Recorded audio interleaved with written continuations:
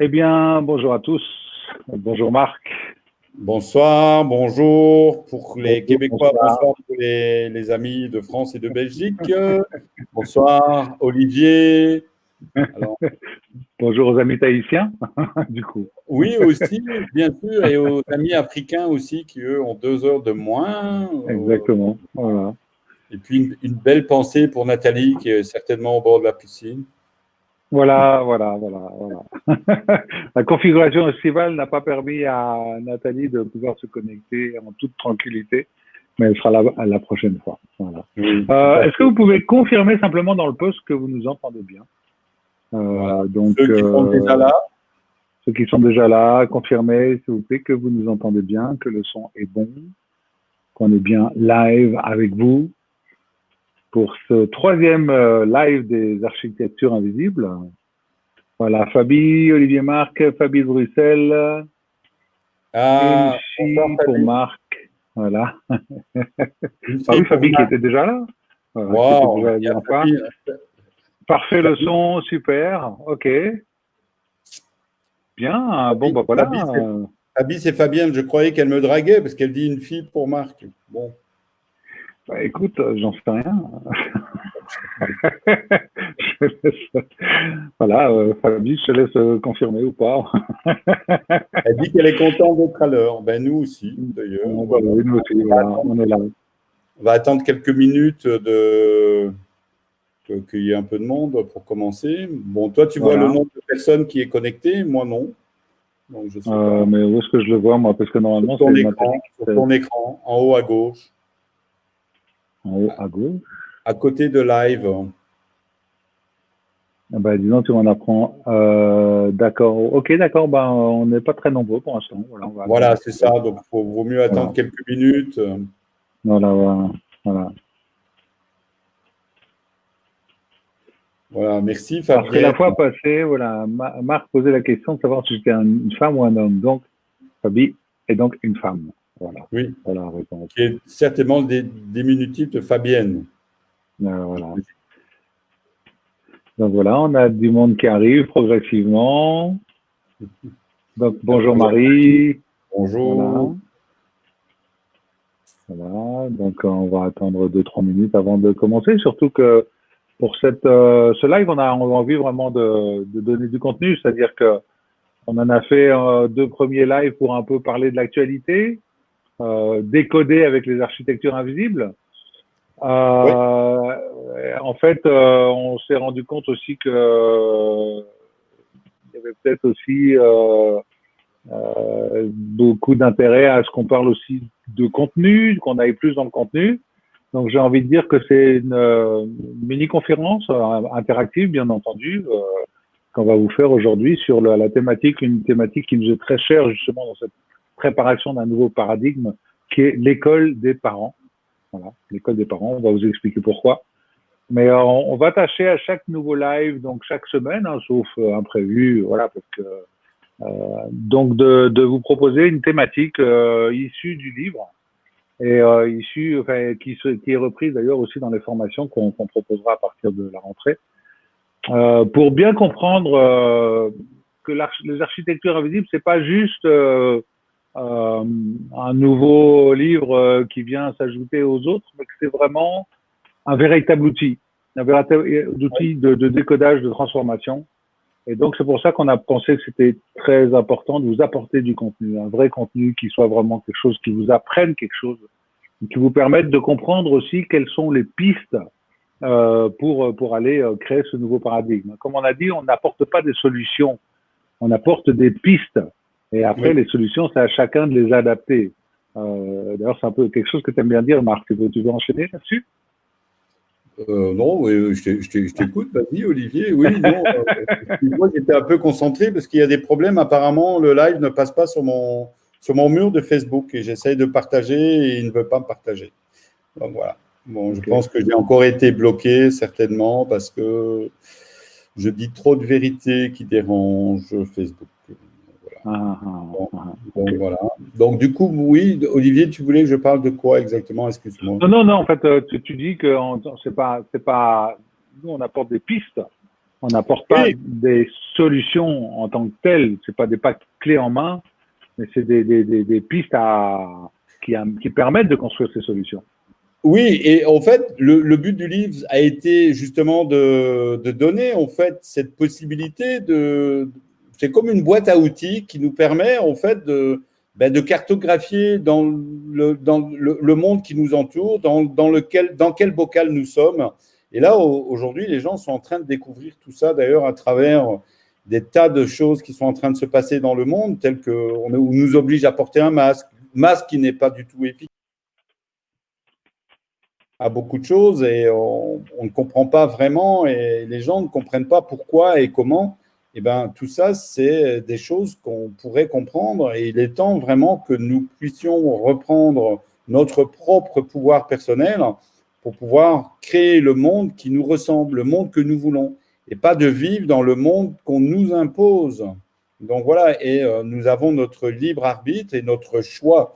Mais si demain nous ne faisons rien aujourd'hui, le libre arbitre et notre choix n'existera plus.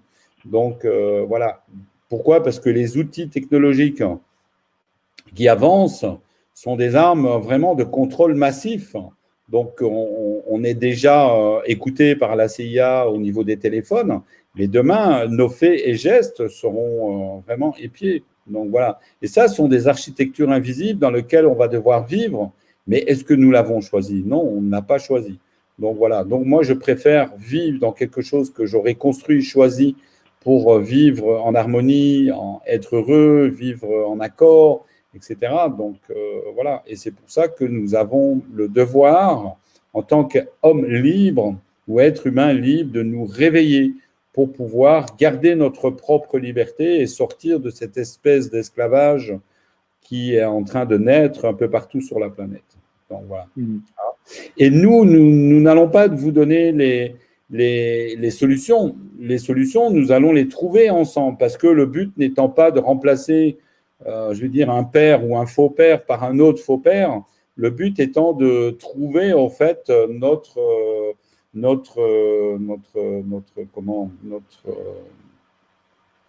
monde que nous voulons construire. Et pourquoi pas plusieurs mondes que nous voulons construire? Pourquoi? Parce que nous pouvons construire des tas de petites communautés, interconnectées les unes aux autres et avec des spécificités. Pourquoi pas, par exemple, si vous avez des affinités avec des gens qui sont des artistes ou quoi, ben à ce moment-là, ben oui, évidemment, vous pouvez vous rejoindre. Mais si vous êtes dans une communauté, par exemple, qui fait de la permaculture, pourquoi pas? Ou une autre communauté qui fait de la musique ou des choses comme ça. Et vous pouvez à ce moment-là vivre en harmonie avec les choses que vous aimez faire en fonction de votre raison d'être. Je rappelle, la raison d'être est le plus haut potentiel de ce que nous voulons. Voilà. Ça veut dire que ça va être un peu la thématique justement du prochain live, puisqu'on va parler de la mutualisation des moyens. Oui. Effectivement, comment regrouper les moyens, comment faire en sorte d'être plus forts ensemble, comment mutualiser ces moyens, au lieu d'être un peu chacun dans son coin à construire et à faire des erreurs, etc. Donc comment justement arriver à une belle communauté d'échange. Oui. Je crois qu'il y a pas mal de personnes. Oui, pardon. Oui, et là, je parlerai justement de mon expérience propre qui s'est développée en Afrique, où justement, à travers la permaculture, on a fait de la gestion de territoire à travers la mutualisation des moyens. C'est-à-dire que chaque personne était responsable d'un petit territoire, et ces petits territoires venaient se connecter les uns aux autres pour pouvoir faire de la gestion de moyens à grande échelle et de la gestion de territoire à grande échelle. Donc, c'était de décider ensemble qu'est-ce qu'on faisait sur ce grand territoire, qu'est-ce qui était bien pour la communauté, qu'est-ce qui était bien pour nous et comment on gérait tout ça. Et chacun prenait justement ses responsabilités et c'est ça qui était intéressant. Et il y avait beaucoup, beaucoup, beaucoup de créativité. Et une fois que les gens ont compris ça, que leur destin est entre leurs mains, ils commencent à œuvrer pour que ce destin soit le meilleur possible, évidemment. Ok, on va peut-être rentrer dans le vif du sujet, c'est-à-dire l'école des parents. Qu'est-ce que tu en penses? Bah, écoute, Olivier, ouvrons les portes de l'école, c'est la rentrée aujourd'hui. On est un peu en avance, mais Bon, est-ce qu'on est en avance? Je ne sais pas. ok. En tout cas, voilà, on va démarrer. Je vais enlever la petite barrière, là, la petite bannière plutôt. Donc, je suis un peu obligé de faire la technique en même temps. J'essaie de me débrouiller aussi bien, Nathalie. Voilà, on a préparé un petit slide. Pourquoi l'école des parents? En fait, pourquoi c'est pour nous effectivement une thématique qui est hyper importante. Marc, n'hésite pas à intervenir parce que je vais être un peu parti dans mon exposé. Oui. Eh bien, parce que quelque part, on peut penser, et c'est même une certitude, que bon nombre d'architectures invisibles qui nous gouvernent actuellement sont transmises dans le transgénérationnel. Ça va même très, très, très, très loin en arrière.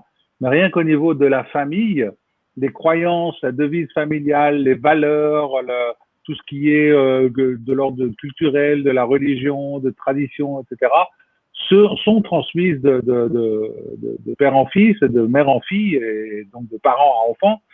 Et dans ces transmissions, il y a beaucoup de choses qui sont bien, mais j'aimais bien cette image de dire qu'on a reçu une éducation qu'on pourrait comparer à un mur. Il y a beaucoup de pierres qui sont bien, il ne s'agit pas de détruire le mur, mais il s'agit peut-être de remplacer les pierres qui ne conviennent pas. Et ces pierres qui ne conviennent pas, ça va être tout ce qui va être limitant, tout ce qui va peut-être casser l'enfant, le casser dans sa confiance, dans son estime de lui-même, dans sa capacité créative, dans sa capacité à se relier aux autres, à s'affirmer, à prendre sa place, etc.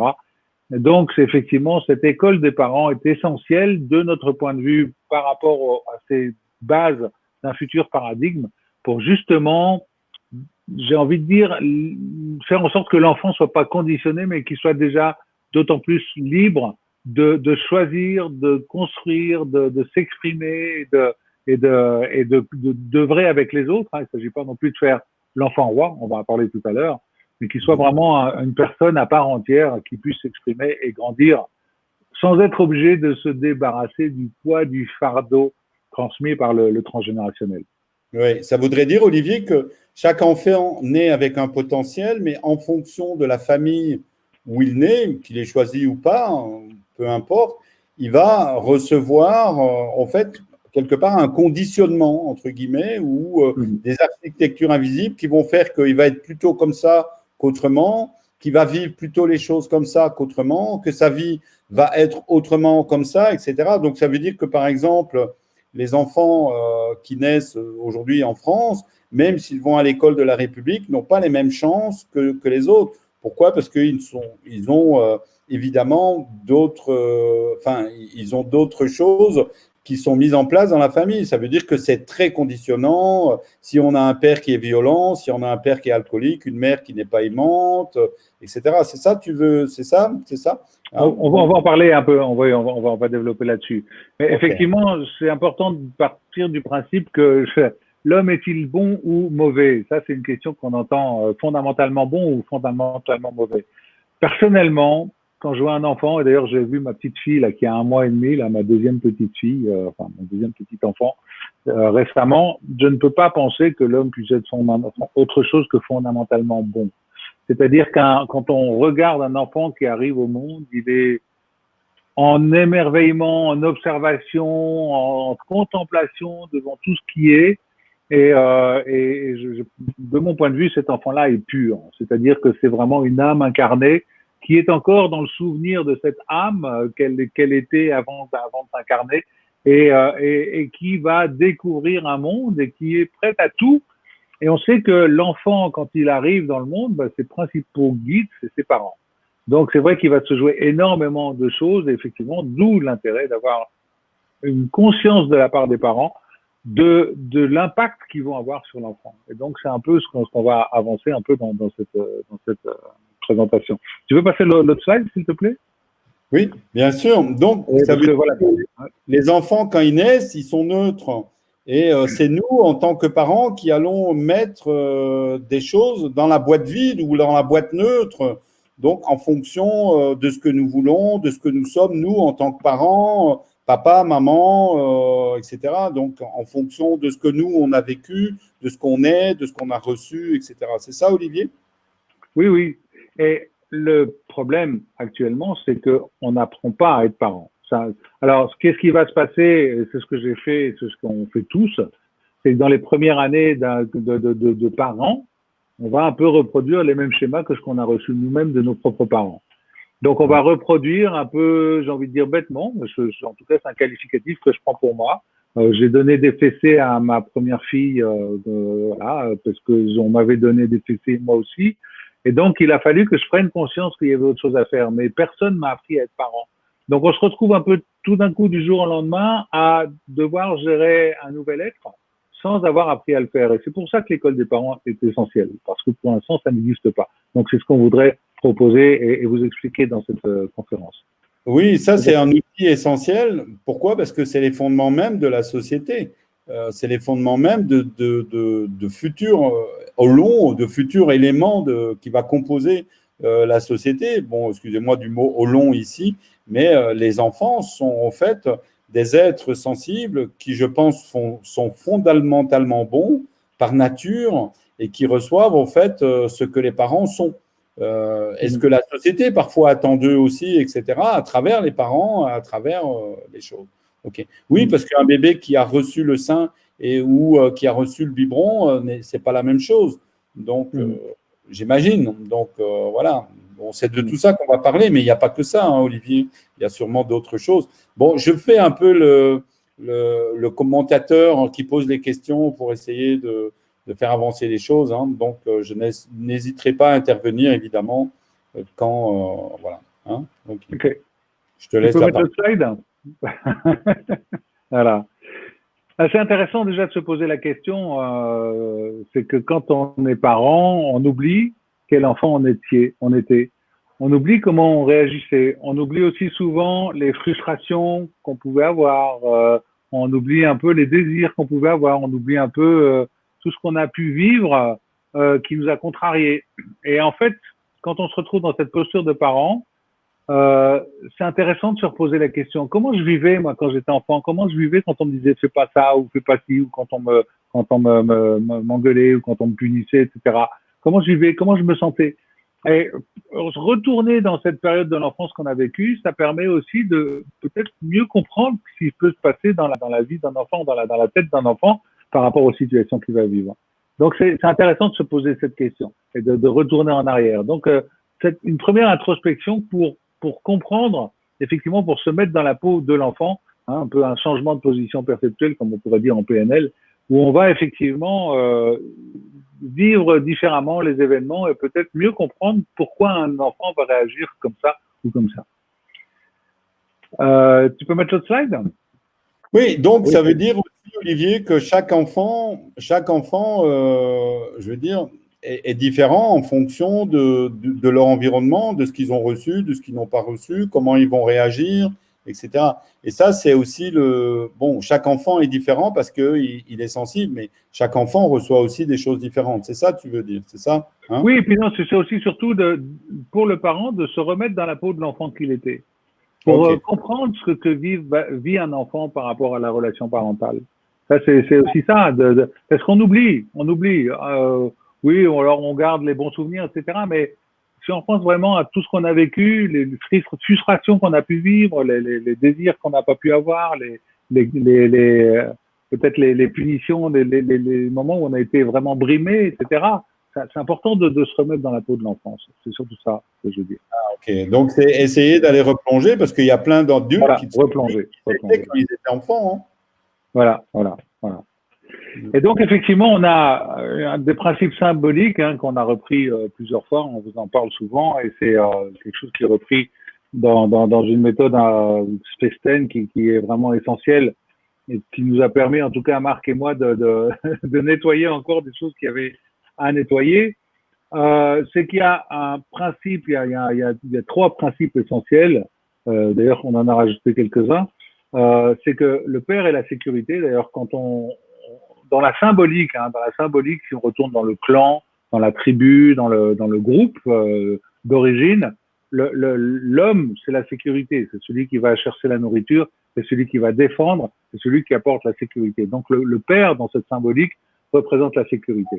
La mère, elle, représente l'amour. Dans la symbolique aussi de cette tribu, c'est la mère c'est les femmes qui préparent à manger, c'est les femmes qui s'occupent des enfants, c'est les femmes qui vont soigner les hommes, etc., qui vont se soigner entre elles et tout. Donc il y a tout ce partage, tout cet amour, toute cette bulle d'amour qui est là.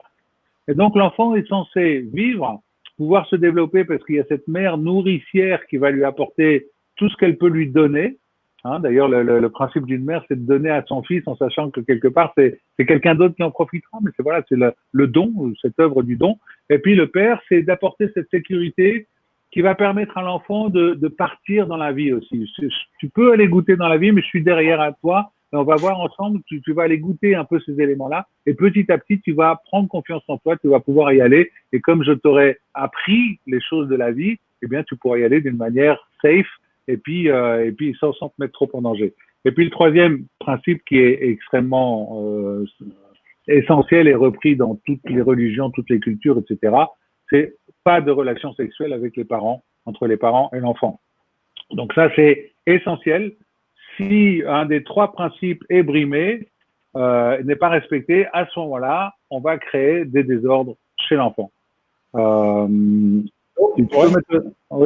Ouais. Non, oui, pour continuer là-dessus, donc papa égale sécurité. Donc ça veut dire que si moi, par exemple, quand je suis enfant, que mon père m'a mis pas dans la sécurité parce qu'il n'était pas sécurisé, en sécurité lui-même, donc ça veut dire que moi, je vais me trimballer avec une insécurité toute ma vie, c'est ça? Hein? Oui, c'est ça, absolument. Il y a voilà. Quelque chose qui n'est pas affirmé chez moi, qui n'est pas, voilà, j'ai pas mon autonomie, je n'ose pas y aller. Ouais. Ouais. Et tu disais aussi la troisième chose, donc pas de sexe dans la famille, entre les gens de la famille, etc. Donc, et ça, c'est aujourd'hui, malheureusement, on sait que la société, il y a beaucoup de déviance là-dessus. Quand on voit les chiffres, par exemple en France, on estime qu'entre 0 et 16 ans, il y a à peu près plus de 3 500 000 enfants qui ont été victimes, je veux dire, d'inceste. Et, dans une classe, on estime qu'il y a un à deux enfants qui ont été victimes d'inceste, dans une classe de 25. C'est énorme. Ou alors, beaucoup je veux dire, des situations incestueuses ou incestuelles, je ne sais pas. Donc, voilà. Hein. Alors, oui, incestuelle, c'est-à-dire qu'il y a une intrusion dans l'intimité de l'enfant, même si ce n'est pas forcément sexuel.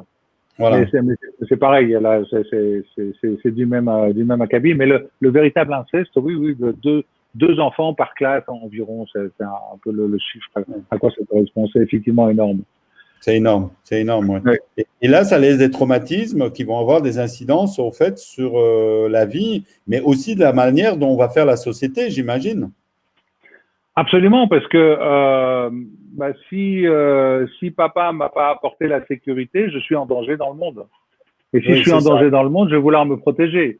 Donc si je vais vouloir me protéger, je vais amasser, thésauriser, etc.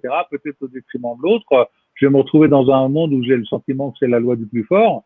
Donc je vais jouer au plus fort, ou alors au contraire, je vais me cacher, je vais pas vraiment exister.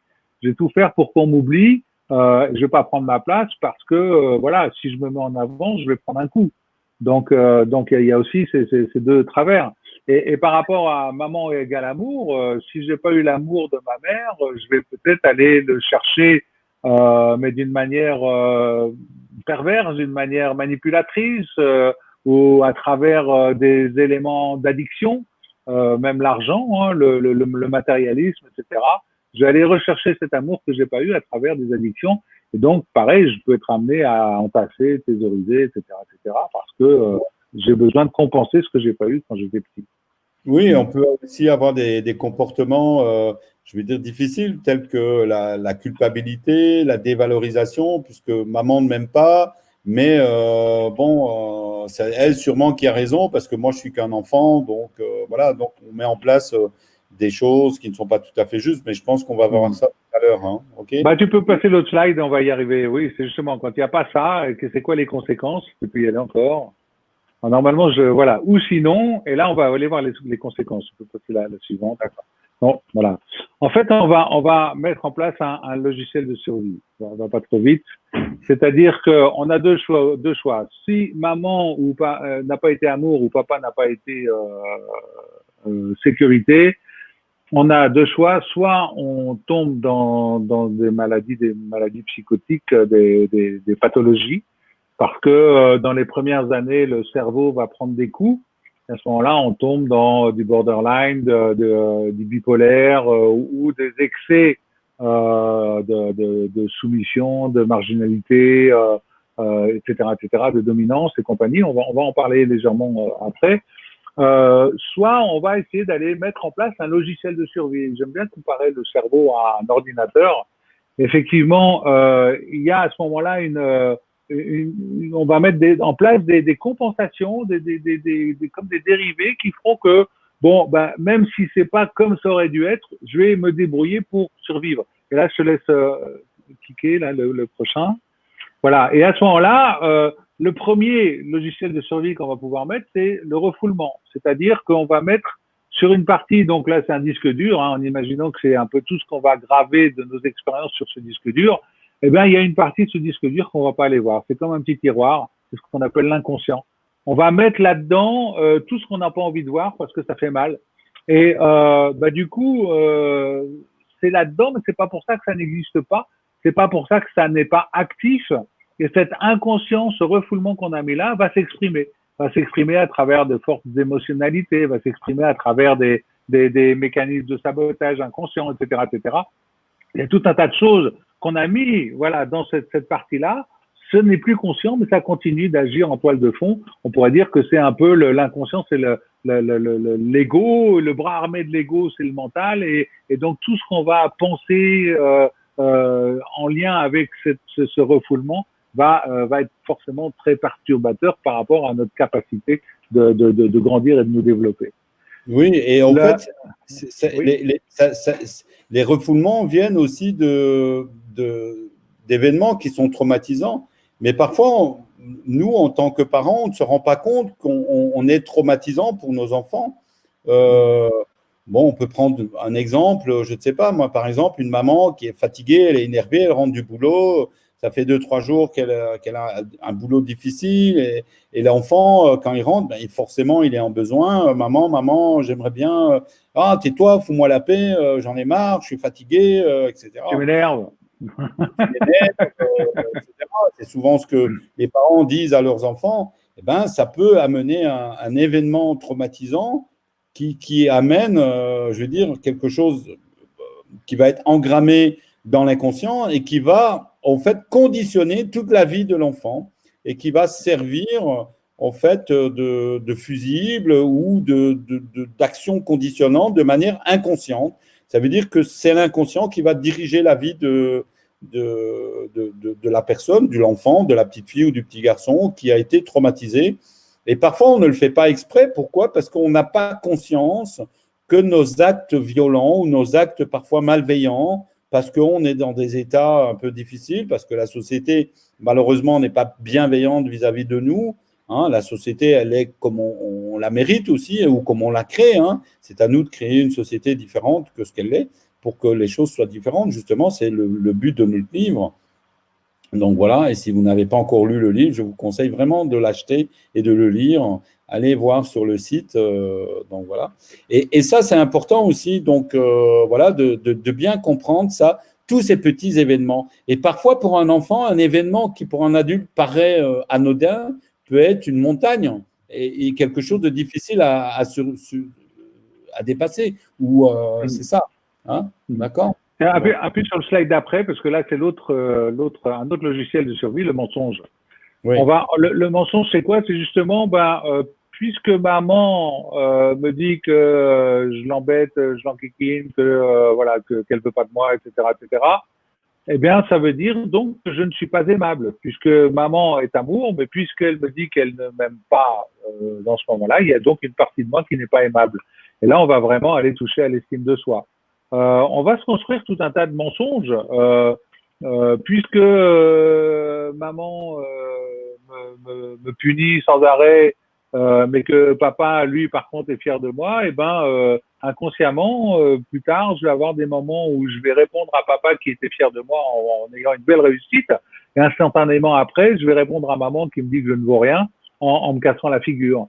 Et donc, on a des des événements comme ça, des situations récurrentes qui peuvent arriver dans la vie à échelle d'1 an, 2 ans, 3 ans. Enfin, on a tous quelque part des situations récurrentes qui sont liées à ces deux logiciels de survie, ce refoulement et ce mensonge, parce que quelque part, il faut que ce logiciel de survie qu'on s'est fabriqué du fait de ces manquements de nos parents, volontaires ou involontaires, peu importe, soit vrai, soit vérifié, soit validé. Donc, on va valider nous-mêmes dans notre vie, on va inconsciemment créer des situations, ne pas saisir des opportunités ou des choses comme ça, pour répondre, effectivement, pour confirmer que ces logiciels de survie mis en place sont vrais. Sont vrais. Et tiens, si tu peux passer la slide d'après. Donc, ça veut dire aussi que les parents ont une grande responsabilité et qu'ils doivent prendre conscience aussi de leurs propres actes vis-à-vis de leurs propres enfants. Oui, mais j'insiste sur le fait que pour l'instant, personne ne leur a appris à être parent. Hein, d'accord. Oui, c'est pour ça.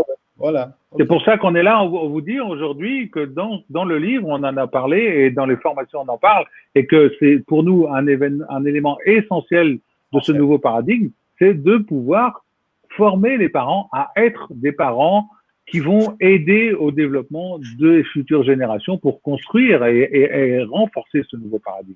Parce que là, on a ce paradoxe, vous voyez, c'est il y a ce bébé, et là, tu vas pouvoir appuyer 2 fois, Marc. Une première fois, c'est quoi? C'est bah oui, moi, je pense que je suis innocent, parce que, voilà, tout me dit que voilà, que j'aurais dû arriver, moi, j'ai rien fait, je suis dans un monde où j'arrive, papa égale maman, et papa égale sécurité, maman égale amour. Mais en même temps, tiens, et pourtant, a priori, je suis quand même coupable d'avoir fait des choses qui sont pas bien. Et donc, voilà, est-ce que je suis innocent? Est-ce que je suis coupable? Je pensais que j'étais pur et que j'étais une belle âme, etc. Mais a priori, les comportements ou ce que j'ai vécu avec mes parents me disent le contraire. Donc, il y a ce paradoxe. Et le futur adulte aura peut-être du mal à se positionner. Est-ce que je suis digne d'être aimé ou pas? Est-ce que je suis digne de me faire confiance ou pas? Est-ce que je peux faire confiance aux autres ou pas? Enfin, il y a tout ce questionnement qui est là, qui forcément amène du flou. Et à partir du moment où on est dans le flou, bah, la décision est moins évidente, l'objectif est moins défini, la mission de vie n'est pas forcément claire, et on se retrouve un peu dans ce flou à subir ou suivre un peu ce qu'on nous dit de faire, parce qu'il n'y a pas cet alignement, ce centrage qui a pu s'opérer à cause de ce paradoxe, de ce qui aurait dû se passer, ce qui s'est passé en vrai, qui m'amène un peu dans je ne sais pas. Et puis, il y a ces mensonges et puis ce refoulement inconscient. Donc, tout est là, en fait, quelque part, pour amener des individus, bah, si on regarde aujourd'hui, qui vont écouter très attentivement tous les médias qui nous disent que le masque est hyper important, etc. On va pas revenir là-dessus, mais bon. Et peut-être que si on leur disait de marcher à 4 pattes parce que le virus flotte à 1 mètre au-dessus de la surface du sol, peut-être qu'on verrait des gens en train de marcher à 4 pattes. Voilà, c'est un peu... tant qu'un enfant, à partir du moment où un enfant n'a pas pu vraiment se sentir solide, épaulé pour grandir et s'épanouir, eh bien forcément, le futur adulte va se retrouver avec des questionnements, et ces questionnements l'empêchent de se positionner et d'avancer vers la vie qu'il souhaite vraiment. En fait, c'est ça. Hein, c'est ça. Et il ne s'agit pas de critiquer ou de dire que c'est de la faute, etc. On est dans une société où, malheureusement, par tout un tas d'architecture invisible, on en arrive à des personnes qui ne se positionnent pas et qui subissent plus que construire et s'affirmer. Oui, et en fait, on se rend compte que dans le foyer, en fait, dans la famille, il y a énormément d'architecture invisible qui conditionne en fait l'ensemble de la famille, mais aussi les enfants, ce qu'ils deviennent. Pourquoi il y a des échecs? Pourquoi il y a des échecs scolaires? Pourquoi il y a des échecs familiales? Pourquoi ça ne communique pas? Et tout ça, en fait, on ne s'en rend pas compte. C'est ça, Olivier, hein? Ah, tout à fait, tout à fait. Il y a des mécanismes. Voilà. Des mécanismes inconscients qui sont là, qui vont amener du brouillard, du flou dans la psyché de l'individu et qui l'empêche de se positionner avec lucidité, clarté. Et en fait, tout ça, après, ça s'apprend. Mais qu'est-ce qu'on est obligé de perdre? Des fois 10 ans, 20 ans, 30 ans, voire 40 ans, 50 ans, alors qu'on pourrait être tout de suite beaucoup plus épanoui, tout de suite dans un monde où on peut s'affirmer, où on est écouté, où on peut, voilà, il y a si on regarde La Belle Verte, moi, ça reste toujours un film de référence quand on pourrait penser à un beau paradigme comme ça, où les enfants sont pleinement épanouis et pleinement en contact avec les anciens, etc. Et il y a vraiment une solidarité, une force du collectif qui est là et qui est magnifique. Et donc, un individu qui n'a pas toutes ces ressources va avoir du mal à trouver sa place dans ce collectif. Oui, oui, et c'est là où on voit en fait que comment on construit des sociétés qui quelque part, créent beaucoup de problèmes. Donc, Mhm. pourquoi? Parce que les problèmes sont construits dans la petite enfance. Un Mhm. enfant qui n'a pas reçu donc justement la sécurité va se sentir insécurisé dans le monde et il va créer un monde qui le ressemble, où il va Mhm. avoir Tout à peur. fait. Si un enfant est frustré, il va essayer de compenser ses frustrations, etc. Donc voilà. Et tout ça vient du fait qu'on n'a pas appris à être des parents. Et si on était des bons parents, c'est-à-dire que si on était attentif à nos enfants, Olivier, si on avait, en tant que papa, maman, mis la sécurité, l'amour, on aurait préservé nos enfants par rapport à la sexualité, etc. Donc, pas de sexualité déviante, évidemment. Penses-tu que le monde serait différent ou penses-tu qu'on serait plus heureux? Je ne sais pas, c'est une question que je me pose là peut-être maintenant. Je ne sais pas, peut-être tu as les réponses qui vont venir après, j'en sais rien. Mais oui, pourquoi pas, je ne sais pas. Quand on sait que, en fait, un élément comme la peur, ça se transmet de père en fille, de père en fils, de mère en fille. Je connais une personne qui a peur, qui est naturellement dans la trouille et qui transmet sa peur à ses enfants. Hein, voilà. Et les enfants ont peur, naturellement peur. Ils n'osent pas dormir tout seuls dans leur maison. Ils n'osent pas monter dans un ascenseur parce qu'on ne sait jamais si ça tombe. Et en fait, les trouilles ont été transmises par les parents. Donc, qui dit trouille dit besoin de sécurité, de se protéger, etc. Donc, renfermement sur soi, etc. Donc oui, c'est évident que tout ce qu'on a pu recevoir par nos parents, qui eux-mêmes l'ont sans doute reçu d'autres parents, etc., etc., et puis par une éducation même extra-familiale qui n'est pas forcément tip-top, a des conséquences sur la société. Tu peux mettre le slide après, je Oui, me rappelle voilà. plus que. Ah oui, donc c'est ça en fait. Là, on a un peu comme un enchevêtrement, la psyché d'un individu. C'est comme ces petites poupées russes. Hein, voilà, on a l'apparence et puis si on va chercher un peu plus loin, on va commencer à voir qu'il y a des valeurs, des importances. Et puis un peu plus loin, on va avoir des croyances. Et puis après, etc., etc. Et puis en fait, on a une psyché qui est très très complexe parce qu'il y a plein de mensonges, de refoulements, de circuits de compensation qui ont été mis en place. Et puis, voilà, l'individu va vivre une réalité qui pense être celle qu'il doit vivre, alors que à la première difficulté ou au premier choc émotionnel, etc., il va se mettre à décompenser totalement. Et en même temps, cette émotionnalité n'est pas admise dans notre société. C'est pas bien de pleurer, c'est pas bien d'être faible, c'est pas bien de montrer qu'on a besoin de l'autre, etc. On doit être fort, on doit se comporter comme un homme, etc. Il faut pas montrer qu'on a mal. Donc en fait, non seulement on va se forcer à avoir des comportements enfin, on va avoir des comportements qui sont des comportements de non-affirmation, mais en plus de ça, nos souffrances ne vont pas pouvoir s'exprimer. Ou alors, il faut aller voir un psy, ou alors un coach, etc. Mais il y a peu de gens, au final, qui vont vraiment consulter, se faire accompagner. Donc voilà, c'est tout ce paradoxe qui est là et qui va amener effectivement les sociétés qu'on connaît aujourd'hui. Oui, et ça a des conséquences énormes parce que chaque individu va construire la société et la société va être le reflet au fait de toutes ces difformités, de toutes ces problématiques, de toutes ces peurs, de toutes ces croyances aussi. C'est ce que tu expliquais dans le transgénérationnel au début. Donc, Absolument, absolument. ah ouais. Ouais, Oui, parce ouais. que on voit parfois dans des familles des croyances un peu bizarres et qui se transmettent de génération en génération. Donc, voilà. Et ok, ça fait partie aussi de notre héritage, entre guillemets, mais est-ce que nous n'avons pas justement le devoir de nous guérir, de nous soigner pour justement changer ça, pour nos enfants, nos petits-enfants, etc. Donc voilà, tu disais tout à l'heure, parfois il faut 40, 50 ans pour trouver justement l'équilibre parce qu'on est en train de comprendre des choses. D'où l'importance aussi d'avoir les grands-parents qui s'occupent des enfants. Pourquoi? Parce qu'ils peuvent être là justement pour rectifier certaines choses ou équilibrer certaines choses. Je pense que ça fait aussi partie de l'école des parents et l'école des grands-parents et des parents, oui. Je pense que là, tu vas pouvoir passer 2 slides parce qu'on avait un slide avec l'exemple de la mère en colère, mais qu'on en a déjà parlé. La mère qui rentre fatiguée du boulot, voilà, et qui va donc hurler sur son enfant, qui va prendre un choc émotionnel important parce que pour lui, maman était amour, et tout d'un coup, il comprend pas que sa mère est en furie parce que papa a laissé bébé traîner la couche pleine de caca en regardant le match de foot et qu'elle rentre exténuée du boulot avec les grèves, elle a marché pendant 5 heures et que tout d'un coup ça explose. Bébé se prend un choc émotionnel important, majeur, un traumatisme. C'est vraiment un trauma qui va créer des traumatismes par la suite et générer les logiciels de survie dont on a parlé. Si tu vas dans Oui. Ça peut être aussi un exemple de papa, je veux dire, qui rentre, qui a bu, qui frappe sur maman, etc. Ça peut être le lot quotidien. Donc, moi, je peux en parler puisque c'est ce que j'ai vécu.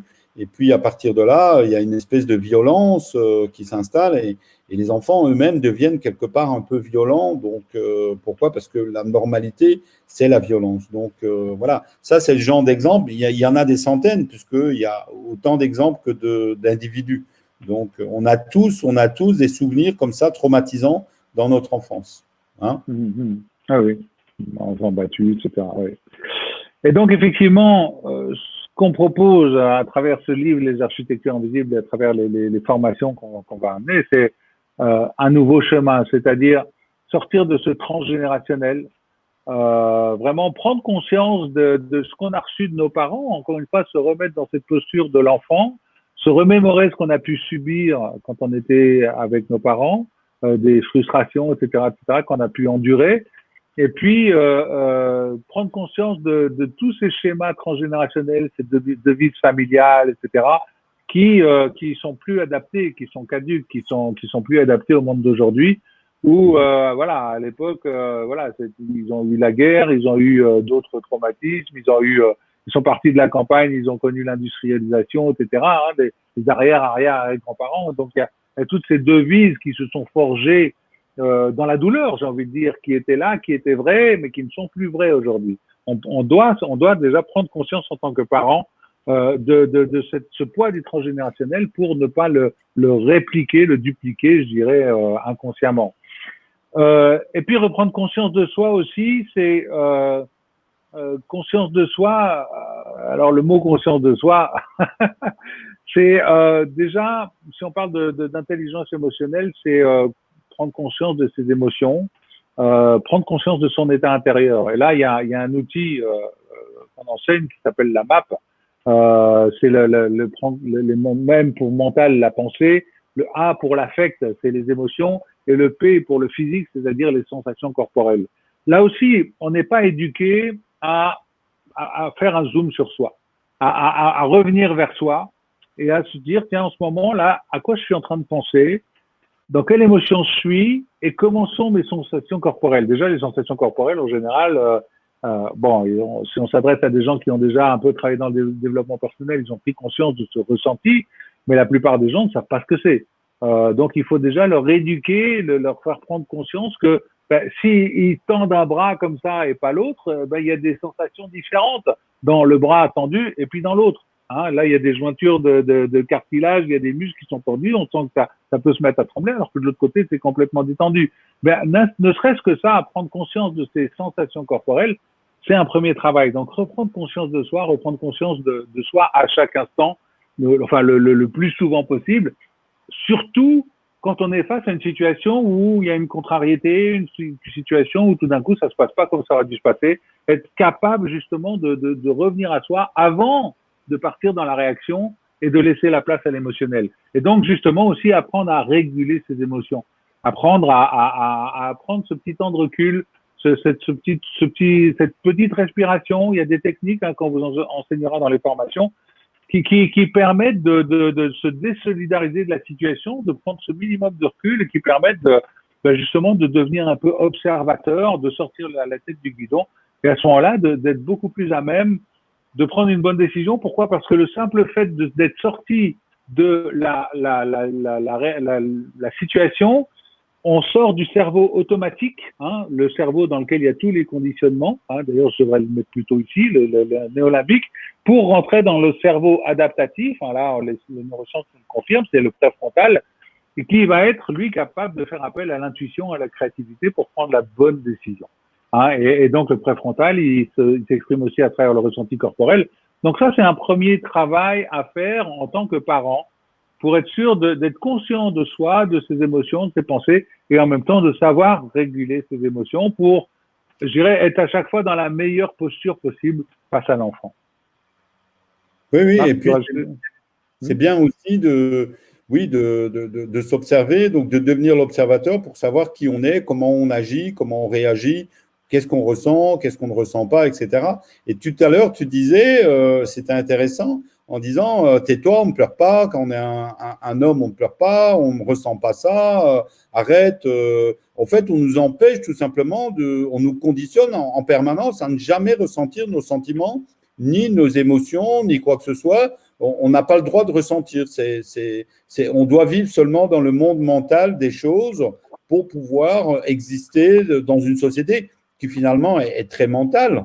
On a une société qui est très mentale, automatique quelque part. Hein, on n'est pas en conscience. Et reprendre conscience de soi, pour moi, c'est être aussi, je veux dire, conscient d'autres facteurs, d'autres sensibilités que celles du mental. C'est ça, hein, Olivier? Exactement, exactement. Dans notre société, alors c'est vrai qu'il y a des sociétés dites primitives dans lesquelles l'émotion est beaucoup plus prise en compte, le ressenti, etc.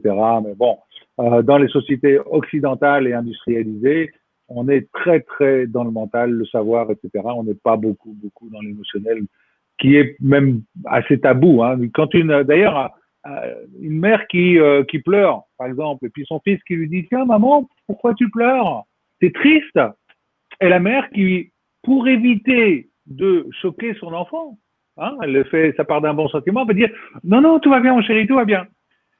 Et en fait, pour éviter de choquer son enfant, en fait, elle le perturbe d'autant plus que l'enfant se disait, mais zut, alors, mais je pensais que c'était ça, la tristesse. Mais si maman me dit que c'est pas la tristesse, alors c'est pas la tristesse, parce que moi, je crois ce que me dit maman, c'est ma référence. Mais alors, c'est quoi la tristesse? Et donc, on va, en fait, empêcher l'enfant de décoder l'émotion qui est là parce que pour le préserver, eh bien, on va faire un mensonge. Mais sauf que le mensonge, il est pris comme content par l'enfant. Hein, ou alors, pardon? Il est pris comme une vérité, en fait. Comme une vérité, oui. Mais du coup, l'enfant, il ne comprend plus. Je croyais que c'était ça la tristesse, mais c'est pas ça. Bon, bah alors, je comprendrai peut-être plus tard, mais pour l'instant, j'ai encore des choses à découvrir. Oui. Il y a une chose qui est intéressante aussi, par exemple, si on analyse un petit peu ce qui se passe dans nos sociétés, le fait d'être déconnecté de nos émotions, de nos sentiments, de notre ressenti, nous permet de détruire le monde sans aucun sentiment. Et c'est ce qui se passe aujourd'hui. On détruit de plus en plus le monde sans même que ça émeuve ceux qui le détruisent, évidemment. Pourquoi? Parce qu'ils sont vraiment coupés de ce qu'ils sont. Donc, c'est assez incroyable, quoi. Donc, voilà. Et le but, c'est de se reconnecter aussi à tout ça et de guérir tout ça. Parce que il y a beaucoup de choses à guérir, donc j'imagine. Donc, voilà. Hein? Et oui, là, ça, c'est quand je parle de nouvelles postures, moi, je suis assez fan de cette série, je ne sais pas si vous avez vu, Messia, d'ailleurs, qui a été assez critiquée et puis qui n'aura pas de suite sur Netflix.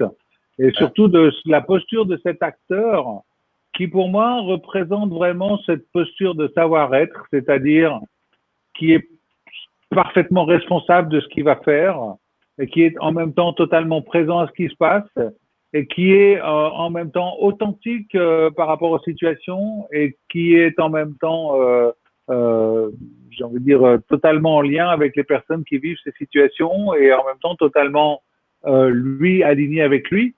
Et donc, ça va un peu avec cette posture du parent qui doit être, qu'on va enseigner à travers cette école des parents, c'est effectivement reprendre sa responsabilité. Pourquoi reprendre sa responsabilité? Parce que il faut savoir que la famille est un système. Et tout dans un système, si vous imaginez des billes, hein, vous bougez une bille, eh bien, c'est toutes les billes qui bougent. Et bien souvent, j'ai eu l'occasion de, quand j'ai fait mes débuts de coach, j'accompagnais des enfants qui étaient en décrochage scolaire, des ados. Et donc, je pouvais coacher les ados, ça allait, mais quand je demandais à voir les parents et peut-être même à faire un coaching avec les parents, bah, la réponse qu'on me donnait, mais non, c'est pas moi qui a le problème, c'est mon fils. Donc, c'est comme si, voilà, je suis indépendant du fait que mon fils a des problèmes. C'est à lui c'est lui qu'il faut gérer. Non, moi, j'y peux rien. Mais c'est pas moi qui ai le problème. Or, effectivement, n'oublions pas que la famille est un élément, c'est un système. Et dans toute systémique, tous les éléments sont liés. Donc, reprendre sa responsabilité de parent, ça veut dire que si mon fils, ma fille réagit de telle ou telle manière et que ça me surprend, c'est que j'ai quelque chose à voir ici chez moi. Et j'ai envie de donner comme exemple mon fils qui est au milieu de deux filles et qui, quand il avait 3 ans, sa sœur aînée était en CP, donc elle apprenait à lire, et la dernière venait de naître. Et donc la maman s'occupait naturellement beaucoup plus de l'aînée pour lui apprendre à lire, la suivre dans le CP, et puis de la dernière parce qu'il changeait les couches, etc. Et tout d'un coup, ce cher Oscar qui tout d'un coup a recommencé à faire pipi dans sa culotte, monter sur la table, etc. Et puis la maîtresse nous disait, mais je comprends pas ce qui se passe, il est plus du tout pareil, je comprends pas. Et la première question qu'on s'est posée, bon, est-ce qu'il faut sévir, hein, la première question en tant que parent. Le fils commence à faire n'importe quoi, est-ce qu'il faut sévir? Et puis on s'est posé la question, on s'est dit, mais en fait non, il est au milieu de voilà, etc. Et on a juste fait en sorte de lui accorder plus d'attention et d'être plus avec lui. Et tout est rentré dans l'ordre. Donc c'est pour ça que reprendre sa responsabilité de parent, ça veut dire que si mon enfant déraille à un moment ou à un autre, c'est j'ai quelque chose à voir avec ça. D'accord? Et ça, c'est imparable. Et toute personne, tout parent qui refuse ce principe, cet axiome, j'ai envie de dire, ne prend pas sa responsabilité de parent. Là, je suis formel là-dessus. Donc, prendre sa responsabilité de parent, ça veut dire que s'il y a un problème chez mon enfant, j'en suis responsable parce que je fais partie du même système. Et à moi de comprendre ce qui a pu, à travers mes comportements, celui de mon conjoint ou peu importe, ou peut-être de mes parents dessus, parce qu'on peut avoir des fois des grands-parents qui jouent un rôle plus ou moins toxique dans le milieu familial, comprendre qu'est-ce qui s'est passé et pouvoir à ce moment-là vraiment changer la systémique du noyau familial pour que les choses reviennent dans l'ordre. Donc c'est une responsabilité essentielle et on ne peut pas éviter de passer par là en étant parent. Et ça, c'est aussi un élément essentiel qu'on apprend dans cette école des parents. Après, il y a effectivement la qualité de présence avec l'enfant. J'ai un autre exemple où j'étais, je sais plus ce que j'avais, mais j'étais en train d'attendre de passer une radio. Et puis il y avait un fils qui avait ses béquilles, etc., qui tournait en rond dans la salle d'attente. Et puis le père était avec sa tablette, etc. Et puis le fils, il allait vers le père, papa, oui, oui, oui, puis il continuait avec sa tablette. Et puis le fils était appelé pour la radio, et puis je me suis permis, j'aime bien intervenir, je dis voilà, écoute, si je peux me permettre de vous dire quelque chose là, bah oui, allez-y. Bah voilà, enfin, je suis psychologue pour enfants. Bon, j'ai des coachs, mais bon, psychologue. En tout cas, j'avais travaillé avec les enfants suffisamment pour me permettre d'avoir mon avis sur la chose. Je dis, vous venez de manquer peut-être des chouettes moments de partage avec votre enfant. Ah bon? Ah bon? Bah oui, parce qu'il était là, il tournait en rond, il est venu vers vous, mais vous l'avez pas vraiment écouté, etc. Vous étiez avec votre tablette alors que vous auriez pu vraiment profiter de ce moment-là pour échanger avec lui. Ah oui, vous avez raison, vous avez raison. Et les parents, souvent, ils sont sensibles à ça. Parce que c'est encore une fois des comportements inconscients qui sont là.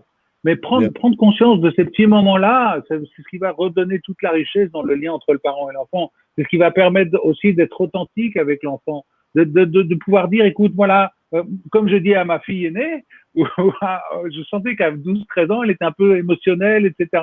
Et je dis, écoute, ma fille, il faut que je te dise quelque chose, c'est que quand tu étais petite, j'étais con. Parce que je t'ai frappé, j'ai donné 2-3 fessées, comme j'en ai reçu de mes parents. Donc, j'ai été con. Alors, je te demande de me dire, papa, arrête, t'es con, tu peux me dire ce que tu veux. Je te demande de me le dire parce que je ressens qu'il y a des choses que tu n'oses pas exprimer. Et je te demande de les exprimer et de ne pas avoir peur de me heurter. Je te demande ça parce que pour moi, c'est important que tu puisses me donner ce feedback. Cette authenticité, c'est important aussi. Donc, ça fait partie de tout ce positionnement avec l'enfant. Toute cette interaction dans l'amour. Et en même temps que je dis, je ressens des émotions parce que c'est beau. Parce que c'est tout simplement beau ce qui se passe à ce moment-là. Oui, tout à fait. reviens un petit peu à ton tour, Olivier, mais justement, je voulais te parler de ça. Non, mais je me sens bien, je me sens bien. Non, C'est non, beau, mais j'aime bien vivre ça, j'adore. voilà, justement, la question, c'était de savoir, mais quand on a fait des erreurs, quand on a été parents, parce que nos parents en ont fait aussi, comment est-ce qu'on peut régler ça? Comment est-ce qu'on peut trouver la voie de sortie? Est-ce qu'il existe des thérapies? Est-ce qu'il existe des moyens? Évidemment, bon, je le sais aussi, mais là, je me fais un petit peu celui qui pose des questions pour que, bon, voilà. Et c'est vrai que moi-même, bon, je me rends compte que j'ai été parfois horrible avec mes enfants. Tout simplement parce que je trouvais que c'était la normalité ou la norme d'éduquer ses enfants comme ça, un peu à la dure. Bon, moi j'ai été élevé à la super dure, hein, mais je peux vous dire que parfois j'ai été pas très juste avec mes enfants. Et parfois dans la relation même aujourd'hui où mes enfants sont grands, puisque mon dernier fils a 20 ans, ma fille a 22 ans, ma grande a 35 ans, eh ben, on est en porte-à-faux. Il y a des choses qui ne sont pas encore réglées. C'est pas facile pour eux, etc. Donc voilà, et on crée en fait des dissonances toute notre vie.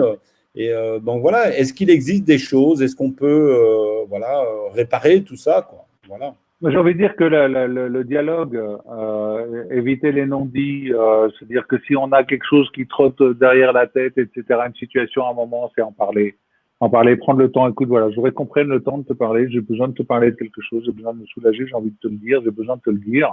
Ou même peut-être que des fois, il y a des parents qui osent pas dire je t'aime. Voilà, écoute, voilà, je me sens gêné de te le dire, mais j'ai besoin de te dire que je t'aime.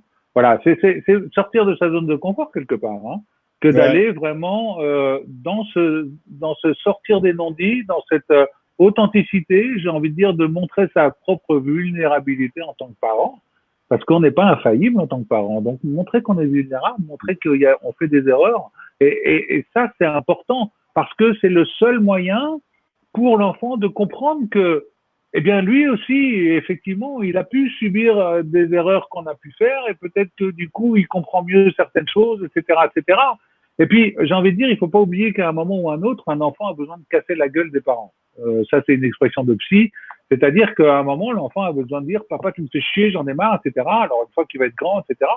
Mais il faut aussi savoir l'entendre, savoir reconnaître que l'enfant est juste en train de prendre sa place et Oui. de dire, ok, j'entends, tu as raison de me le dire, oui, ok, d'accord, et d'accepter ça. Et donc, effectivement, c'est même pas un travail sur soi, c'est juste être authentique avec soi, être humble, sentir qu'on est vulnérable, qu'on n'est pas parfait, et le partager avec l'enfant. Et plus le partage va être fait, et j'ai envie de dire sur plein de domaines, y compris des domaines qu'on pourrait considérer comme tabous, je pense par exemple au sexe ou à la drogue, le père, par exemple, se doit de dire à son fils comment ça se passe avec une femme. Et il y a des gens qui n'osent pas le dire. Le père qui a pu faire à un moment ou à un autre l'expérience de la drogue, comme ça a été mon cas, doit pouvoir en parler avec son enfant parce que quelque part, il n'y a plus le tabou, il n'y a plus le non-dit, du coup, il y a un échange qui va pouvoir se faire. Et quelque part, je suis ravi d'avoir des enfants qui ne se droguent pas et qui ont pu faire leur expérience et on en a parlé et je leur ai dit clairement ce que j'en pensais. Je leur ai dit, voilà, vérifie, regarde autour de toi, regarde tes copains, comment ça se passe, etc. Et maintenant, j'ai des enfants qui ne se droguent pas. J'ai pas eu de problème avec mes ados parce qu'il y a eu toujours ce cocon d'échange, cette confiance réciproque, cette authenticité qu'il y a eu et qui a permis justement de traverser des épreuves qui peuvent être dramatiques dans des familles qui ne prennent pas en conscience, qui ne prennent pas en considération ces éléments parce que c'est tabou, on ne va pas en parler, parce que dans la famille, ça ne se fait pas, et puis parce que non, on ne parle pas des faiblesses, parce que non, d'abord, on n'a pas le temps, ou je ne sais quoi. Donc, c'est vraiment important d'être totalement là et présent, un peu comme cette nouvelle posture de parent essentielle de mon point de vue. Oui, oui, tout à fait. Et c'est intéressant. Moi, personnellement, bon, là, je vais parler un petit peu de mon expérience personnelle. Je me suis libéré il y a un an, à peu près, en faisant une thérapie qui s'appelle Festen, ou la méthode André Charbonnier. Pourquoi? Parce que je me suis libéré, en fait, de toutes mes blessures d'enfance que je portais et qui conditionnaient ma vie. Dans mon rapport, par exemple, dans les couples avec mes femmes, j'avais peur de l'abandon, mais aussi mon insécurité dans la vie. Je ne savais pas m'aimer. Bon, j'avais eu une expérience malheureusement très difficile avec un professeur à l'âge de 8 ans où il était pédophile et il a abusé de moi. c'est assez hallucinant. Et j'ai vécu avec ça jusqu'à l'âge de 59 ans, même des choses qui étaient complètement enfouies au niveau de l'inconscient. Donc, pourquoi? Parce que c'était traumatique au point que je l'avais occulté. Et en fait, quand j'ai fait cette thérapie, il y a beaucoup de choses qui sont remontées et j'ai pu m'en libérer et m'en guérir.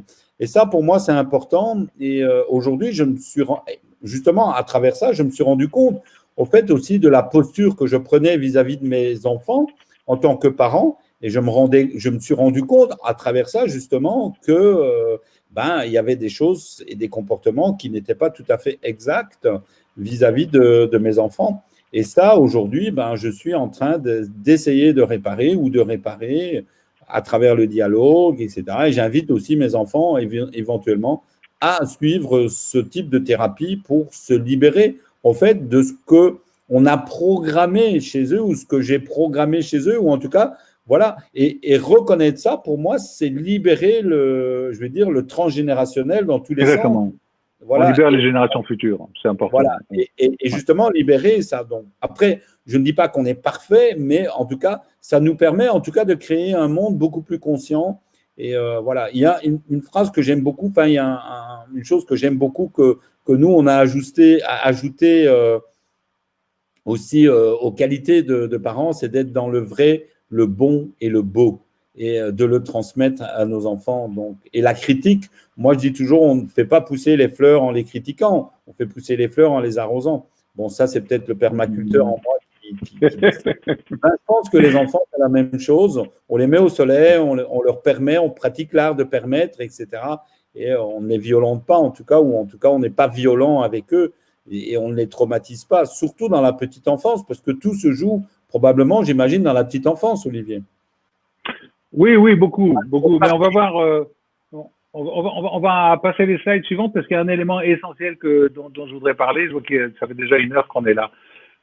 Donc cette nouvelle posture, dans le savoir-être, voilà, j'ai pris un peu les compétences quelque part que le parent se doit de développer chez lui, savoir lire l'enfant, c'est-à-dire vraiment savoir décoder l'état émotionnel de l'enfant, peut-être aussi savoir lui poser des questions, savoir voilà, de comprendre qu'à un moment l'enfant a peut-être envie d'être seul, voilà, de savoir tout ça.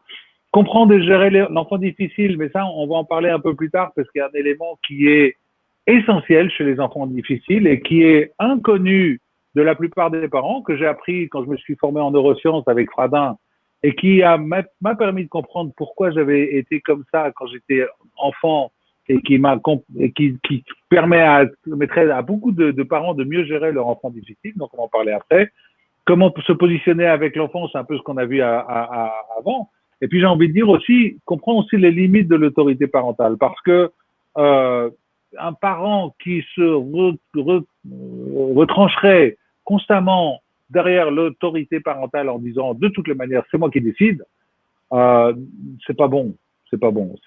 Parce que oui, il faut une autorité parentale. Je vais vous expliquer pourquoi un peu plus tard.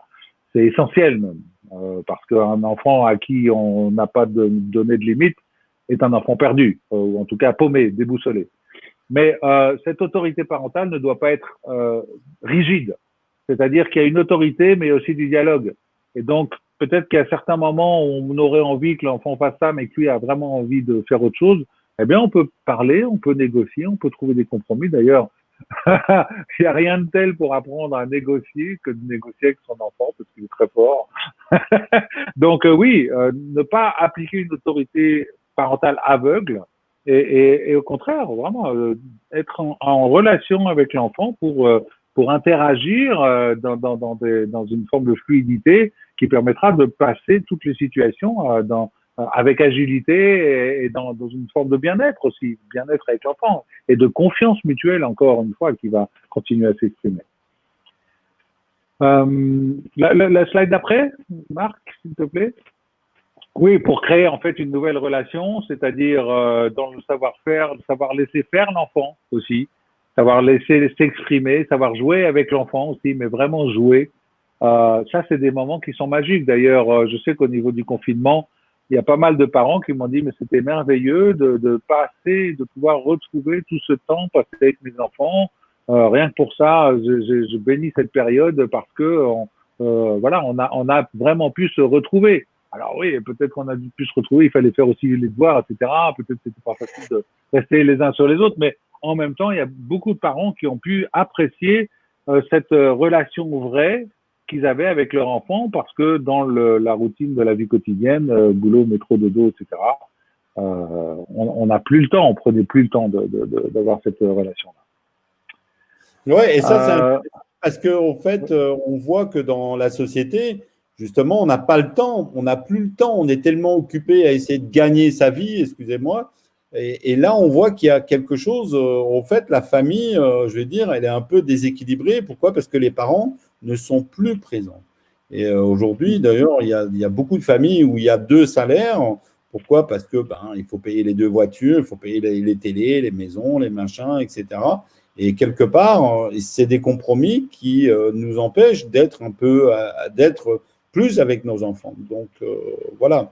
Et bon, moi j'ai eu la chance, je vais dire, de faire des choses à la maison où j'étais beaucoup avec les enfants. Donc voilà. Mais en même temps, il y a beaucoup de familles qui sont privées de cette vie familiale. Pourquoi? Parce qu'ils ont une famille, je vais dire, qui est quelque part en train de travailler à l'extérieur. Et parfois, je pense à des gens qui sont à Paris où justement les architectures invisibles les mettent plus dans les embouteillages qu'avec leurs enfants. Donc voilà. C'est tout à dire. Mais c'est tout ça qu'on nous devons prendre conscience et aller retourner vers l'équilibre, justement, donc vers l'holotropie, vers ce que nous expliquons dans le livre pour que la société aille vers le bonheur, la joie, la magnificence de ce que nous sommes. Et aujourd'hui, malheureusement, on est plus dans l'inverse et on est plus à créer des problèmes et des problématiques au niveau de l'humain. Pourquoi? Parce que la société matérialiste, la société mentale a pris le dessus sur la société, donc, ou aussi la société, moi j'appelle ça la malfaçon, donc voilà, ou la société, je vais dire, guerrière, la société, voilà, et il faut retrouver justement l'équilibre à travers tout ça, quoi. Donc voilà. Hein? Ok. Je vais demander voilà, cette nouvelle, et puis après il y en aura une série, voilà. Parce que là, en fait, il faut savoir aussi quand est-ce qu'on met des limites, d'accord? Comme je disais, l'autorité parentale aveugle et systématique, c'est pas mauvais, c'est pas bon, mais en même temps, laisser un enfant tout faire, voilà, l'enfant sain, etc., qu'est-ce qu'il est bien ce petit, c'est non. Donc, effectivement, savoir quand et comment dire non, savoir négocier avec l'enfant, savoir quand et mettre les limites et comment, c'est aussi un rôle essentiel du parent. Parce que, mine de rien, un enfant à qui vous ne mettez pas de limites, c'est un enfant qui va c'est un comportement abandonnique en termes de psy, c'est-à-dire que c'est un enfant qui va se sentir abandonné. Et d'ailleurs, on a les exemples de voyous, enfin ou de personnes en banlieue qui vont commettre des méfaits juste pour passer à la télé, pour se sentir exister, parce que tout d'un coup, on s'intéresse à eux. Mais un enfant, ça peut être un peu la même chose. Mon père me dit jamais rien, ma mère non plus, ils sont pas là, ils sont toujours occupés dans leurs trucs, je me sens abandonné, je n'existe plus à leurs yeux, donc quelque part, il va falloir que je m'exprime. Donc, mettre des limites, c'est au contraire donner à l'enfant un cadre dans lequel il va pouvoir grandir, en sachant qu'il y a des choses à ne pas dépasser, ou peut-être qu'il va dépasser, mais il va s'apercevoir des effets, s'expliquer avec lui, etc. C'est important. Et là, je voudrais vous parler donc de cet aspect essentiel que Jacques Fradin m'a enseigné au niveau des neurosciences, avec un cerveau qui s'appelle le paléolimbique, c'est lui qui l'appelle comme ça, mais c'est l'amygdale limbique. C'est justement le siège de la survie du groupe, c'est-à-dire de toutes les interactions qu'on va avoir avec les autres. Et Marc, je te demanderais peut-être à ce moment-là d'enchaîner les slides, parce qu'en fait, on a deux axes qui sont un axe de confiance en soi, ou un axe de rapport de force, hein, le dominant et les soumis. Et puis, on a un axe de confiance en l'autre, hein, où on a le marginal qui n'a pas confiance en l'autre. Et puis, on a l'axial qui, lui, a pleine confiance en l'autre. Alors, vous avez des petites graduations. Il faut savoir qu'au centre, c'est l'assertivité, c'est-à-dire j'ai confiance en moi, mais je sais écouter. J'ai confiance en les autres, mais en même temps, je sais prendre mes distances. Donc, l'assertivité, c'est cette posture centrale. Et puis, dans le modèle de Fradin, quand on arrive au troisième axe, eh bien, on commence à avoir des comportements gênants en société. Par exemple, le dominant va commencer à dévaloriser une personne, à se moquer avec des petits sourires narquois, etc. Et quand on tombe dans les 4e ou 5e graduations, on tombe dans des comportements qui deviennent pathologiques. Et donc, le dominant va devenir assassin, manipulateur, pervers, etc. Le marginal va devenir paranoïaque. L'axial va devenir un peu dans une forme de folie. C'est un peu le gentil fou du village enfin, j'ai envie de dire qui parle aux oiseaux et aux arbres, mais bon, on sait que ça existe aussi. Mais enfin, voilà, par contre, il y a une forme de délire. Hein. Il peut peut-être se balader nu sous la pluie, etc. Parce que tout d'un coup, il a perçu je ne sais quoi. Et puis le soumis, lui, il va plutôt aller vers une forme de suicide. Donc ça, c'est un axe, c'est un cerveau, une partie du cerveau, un centre de décision du cerveau, qui est essentiel dans la relation de groupe. Alors, Marc, si tu veux bien de mettre l'autre slide. Bébé, naturellement, il va naître légèrement dominant et légèrement axial. Pourquoi dominant? Parce qu'il a besoin d'affirmer son besoin, quand il a besoin qu'on le change, quand il a faim, etc. Donc, il va affirmer, il va demander, il va crier, il va pleurer pour qu'on s'occupe de lui. Et pourquoi axial aussi? Parce qu'il a besoin de pouvoir passer de bras en bras, donc de faire confiance aux personnes qui vont s'occuper de lui. Parce qu'il n'a pas cette capacité de s'autosuffire, donc il doit faire confiance aux autres et en même temps, il doit affirmer ses besoins parce que tant qu'il parle pas, tant qu'il ne sait pas s'exprimer, comment faire autrement. Donc, tu peux mettre l'autre, voilà. Et petit à petit, l'éducation, quand on sait mettre les limites, quand on sait avoir cette posture dont je viens de parler avec l'enfant, etc. L'éducation va ramener l'enfant dans une forme d'assertivité. C'est-à-dire, voilà, je suis bien avec les autres, je suis bien moi aussi tout seul, je m'affirme et j'écoute. Donc voilà, je suis assertif. Assertif, ça veut pas dire dans le terme commercial la personne qui va savoir vendre, etc. Non, assertif, c'est juste je suis à ma place. Je suis à ma place, j'écoute, je m'affirme, etc. Je me sens bien à ma place. Et alors, tu peux mettre l'autre slide, s'il te plaît. Voilà. Qu'est-ce qui se passe si on n'a pas ramené bébé dans ce schéma d'éducation vers le centre, hein, et ça, effectivement, ça va se passer dans les 3 premières années, hein, là, on est vraiment dans les 3 premières années, eh bien, on va obtenir un enfant roi. C'est-à-dire un enfant qui va faire tout ce qu'il veut, qui va commencer à insulter ses parents, qui va se comporter mal avec ses frères et sœurs, etc. Ça va être l'enfant à qui on permet tout.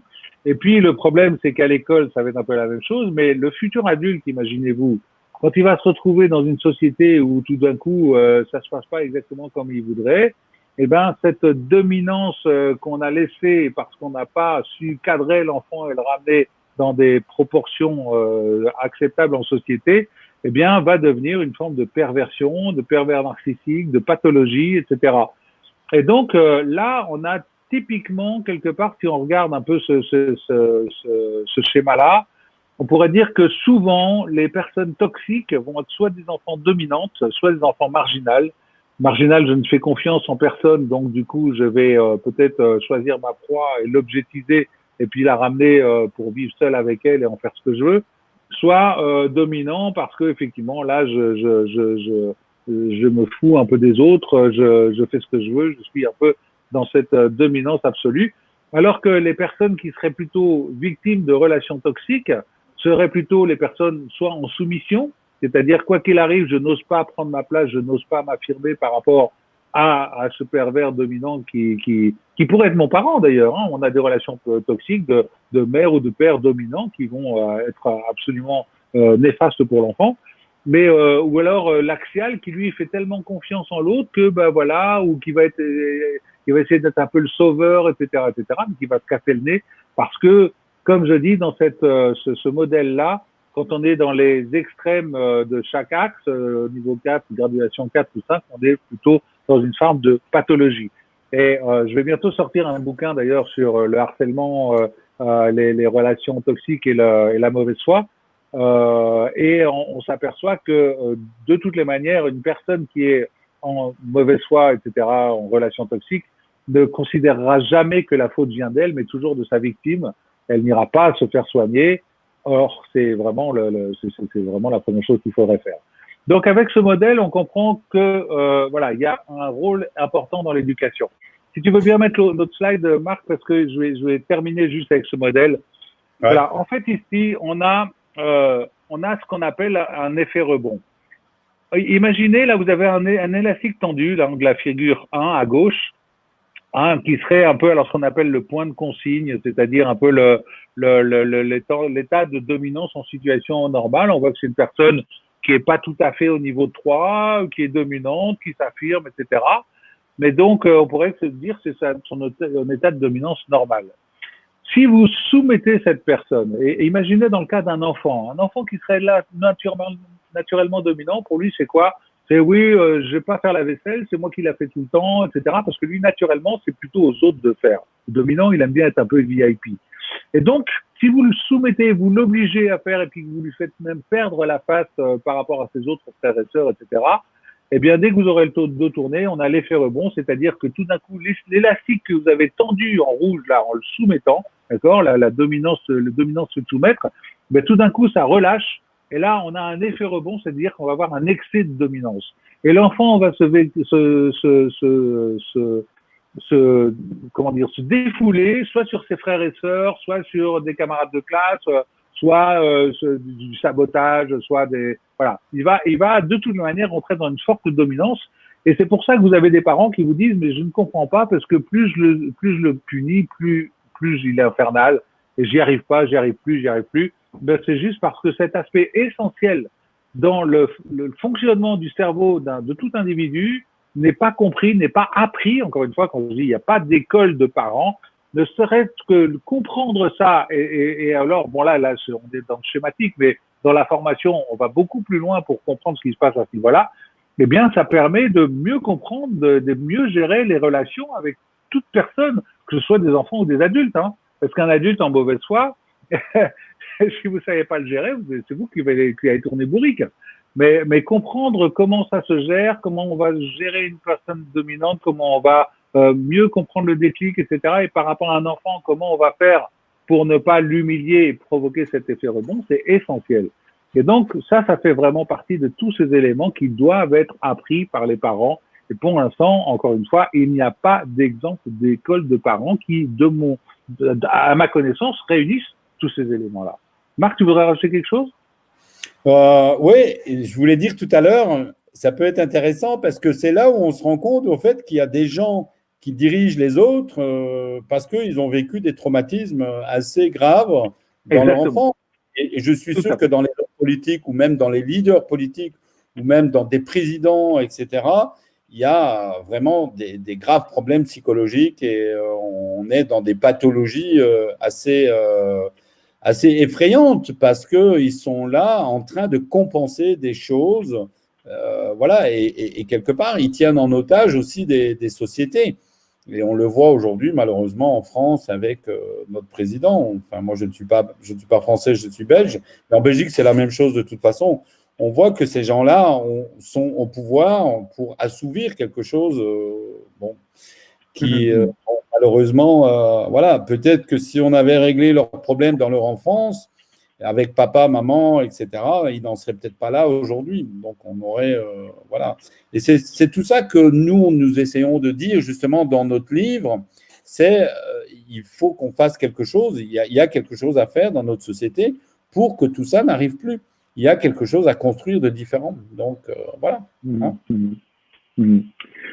Tu peux mettre la dernière slide et puis après, voilà, posez vos questions. On va pouvoir aussi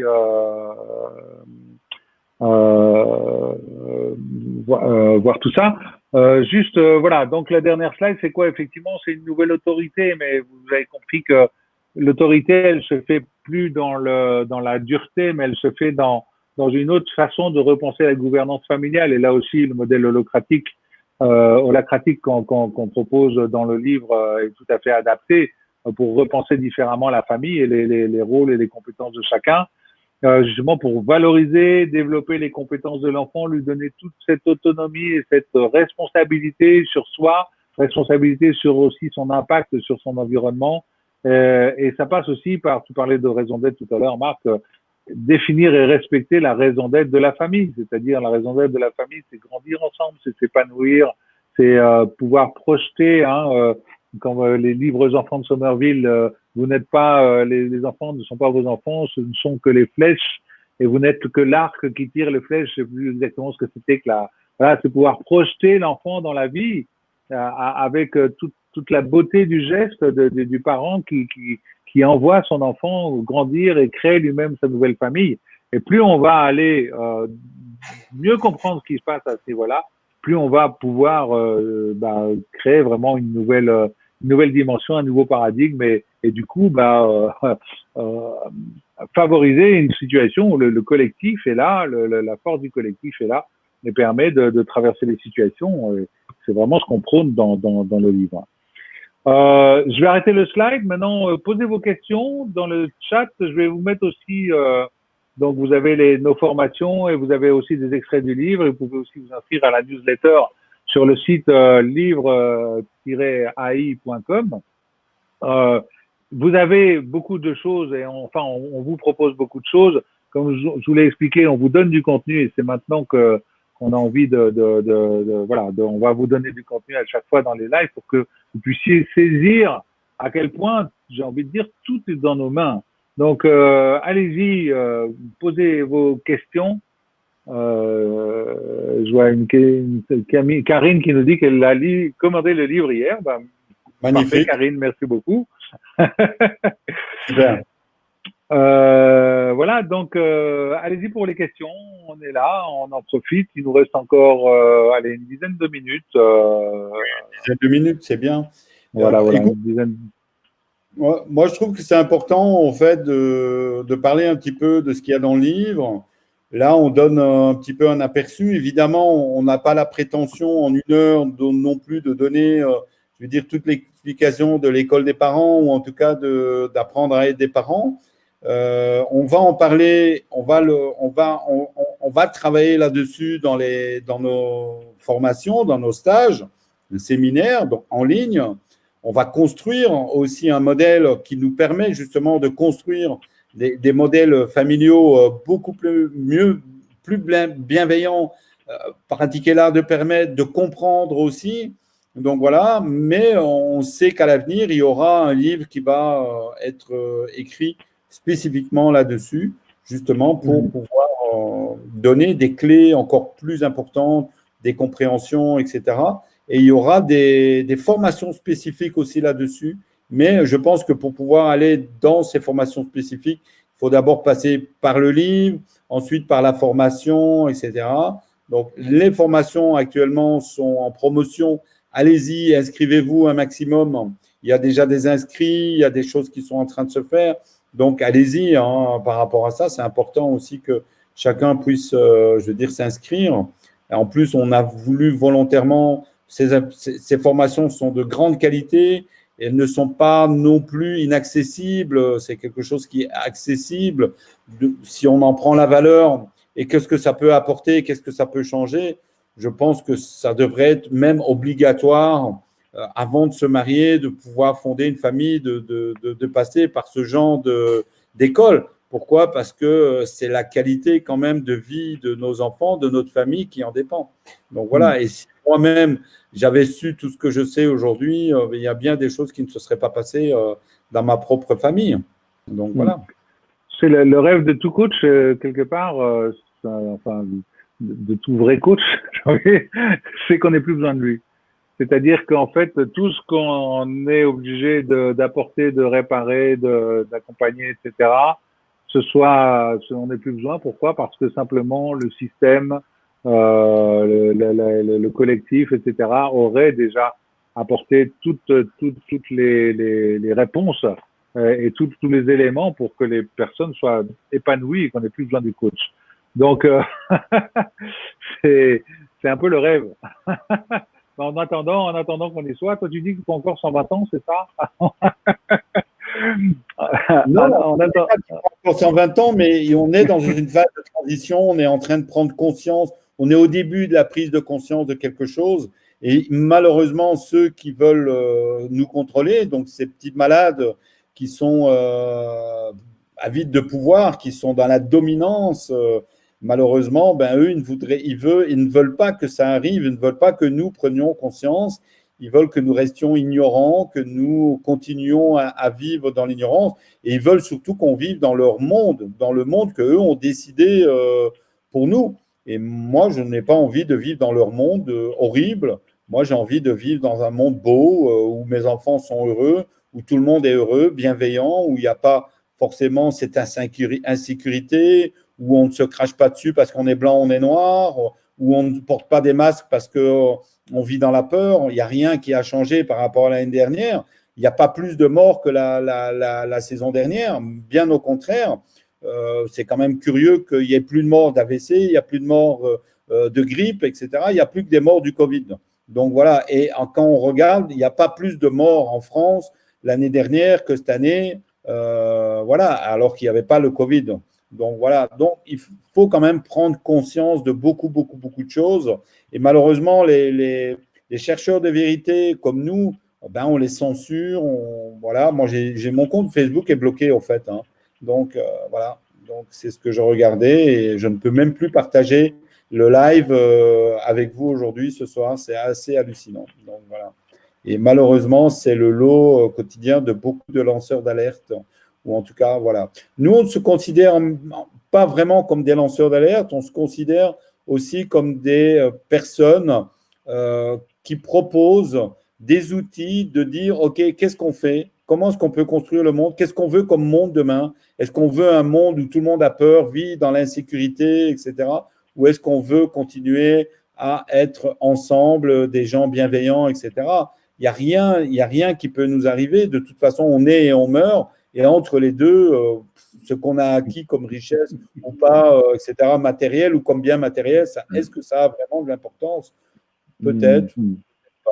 C'est à nous, à chacun de déterminer. Mais si on partage les richesses, est-ce que vous savez que si on partage toutes les richesses du monde aujourd'hui, chaque personne aurait en sa possession 100 000 euros?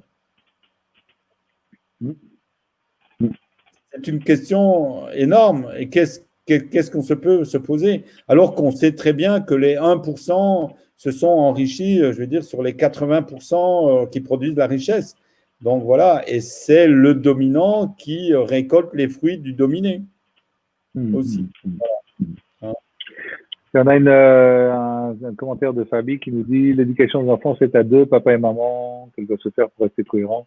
Donc, idéalement, ce sont les deux parents qui devraient suivre la formation pour avoir les mêmes outils. Les dégâts arrivent surtout quand les deux parents ne sont pas sur la même longueur d'onde, très déroutant pour l'enfant. Alors là, c'est vrai qu'on peut arriver à se poser la question sur le couple. Pourquoi le couple s'est formé? Est-ce que le couple s'est formé pour réparer, pour compenser un dégât qui a été commis dans l'enfance l'un des l'autre, et tout d'un coup on se retrouve on compense à peu près, mais après il y a un enfant qui arrive et du coup c'est plus tout à fait la même relation, etc. Le couple c'est vraiment quelque chose de très fragile et de très voilà de merveilleux en même temps et de très bizarre en même temps. Donc effectivement l'idéal c'est d'être à deux avec cette volonté d'avoir un enfant. Non pas pour compenser quoi que ce soit qu'on aurait pu vivre dans la plus tendre enfance, mais au contraire pour créer quelque chose, pour faire grandir, pour envoyer quelque chose dans le monde, pour participer à faire grandir la race humaine.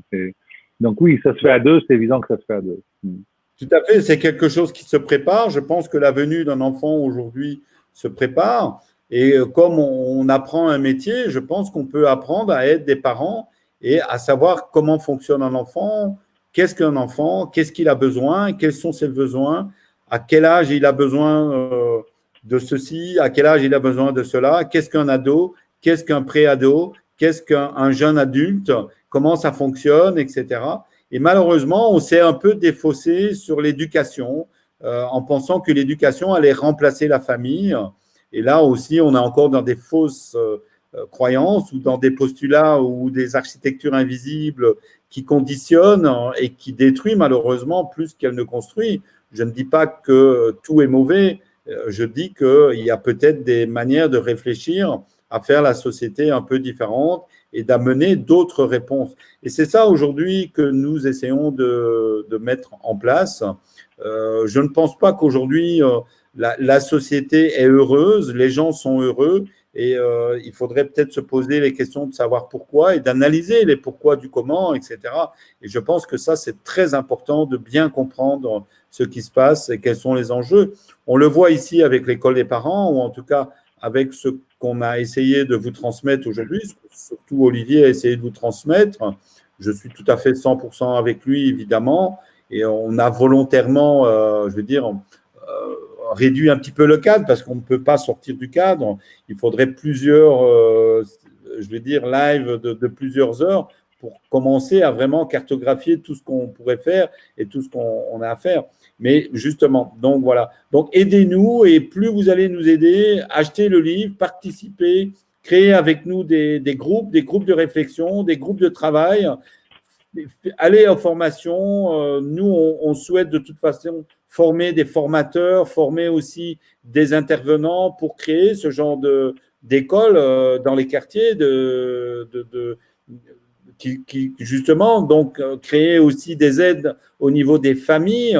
Il y a beaucoup de familles qui sont en difficulté et elles sont en difficulté souvent parce que 80 à 90% des difficultés de la famille sont d'ordre humain, d'ordre de communication, d'ordre de ce qu'on a expliqué, d'ordre aussi de fondement. Pourquoi ? Parce que le père est blessé, la mère est blessée, ils ne savent pas ce que c'est que l'amour, ils ne s'aiment pas eux-mêmes. Eh ben, malheureusement, faire des enfants, c'est facile, il suffit d'un acte. Parfois, il réfléchit et on se retrouve enceinte.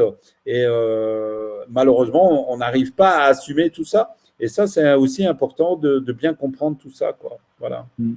On a un commentaire de Dominique Lambin qui dit l'idéal serait sans doute d'avoir au mieux guéri notre enfant intérieur avant d'avoir nos enfants. J'observe qu'on guérit surtout notre enfant intérieur au contact de nos enfants. Alors, oui, c'est vrai. On guérit aussi notre enfant intérieur au contact de nos enfants à condition d'être conscient qu'on a un enfant intérieur à guérir. Et j'ai envie de dire que aujourd'hui, on en est là. C'est-à-dire que c'est pour ça qu'il y a cette école des parents.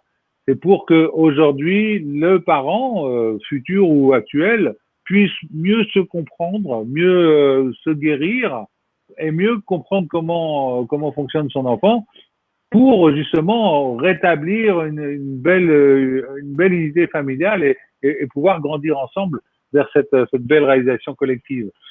Le but, c'est que la prochaine génération n'ait plus besoin de faire ce travail. Parce que si la prochaine génération a été éduquée et a été a pu grandir dans un milieu épanouissant, constructif, autonomisant, etc., eh bien, elle aura beaucoup moins de travail à faire pour guérir cet enfant intérieur, puisqu'il aura été beaucoup moins blessé. Et plus on va permettre aux parents actuels et d'avoir une belle relation avec leur enfant, plus les futurs parents auront naturellement cette belle relation. Aujourd'hui, on a eu par exemple des parents autoritaires, alors du coup on lâche tout et on forme des enfants rois. Donc quelque part, à chaque fois, on est dans un effet de balance où on est dans d'un excès à l'autre. Il faut réussir à retrouver cet équilibre. Un enfant qui va pouvoir vivre dans un cocon familial épanouissant et qui va qui va comprendre, qui va quelque part imiter ce qu'il aura reçu de ses parents pour ensuite créer à nouveau, lui, un cocon familial épanouissant pour ses futurs enfants. Donc, c'est un peu voilà, c'est des chaînes de cause à effet. Plus on va pouvoir travailler aujourd'hui sur les parents qui sont blessés et guérir cet enfant intérieur, plus les futurs enfants n'auront plus ce travail à faire. Voilà, c'est un peu ça. Changer de paradigme, ça veut dire aussi changer ces architectures invisibles qui créent des parents inconscients de l'impact qu'ils ont sur leur enfant et créer des architectures visibles maintenant qui vont permettre que les futurs parents vont être d'office beaucoup mieux préparés à être des parents tels que l'enfant le souhaite. Tout à fait. Et ça, c'est très important. Donc, voilà. C'est ce que nous sommes en train justement de mettre en place avec Olivier. Donc, c'est ces formations pour pouvoir justement sortir un petit peu de toutes ces logiques qui nous conduisent dans le mur. Parce qu'aujourd'hui, au niveau familial, on en est où ? On est en train de détruire la cellule familiale. On est en train de changer aussi la cellule familiale. On n'est plus un père, on n'est plus une mère. Maintenant, on est parent 1, parent 2. Et je veux dire, on est en train de gommer toutes jusqu'à présent, il faut toujours un homme et une femme pour créer un enfant.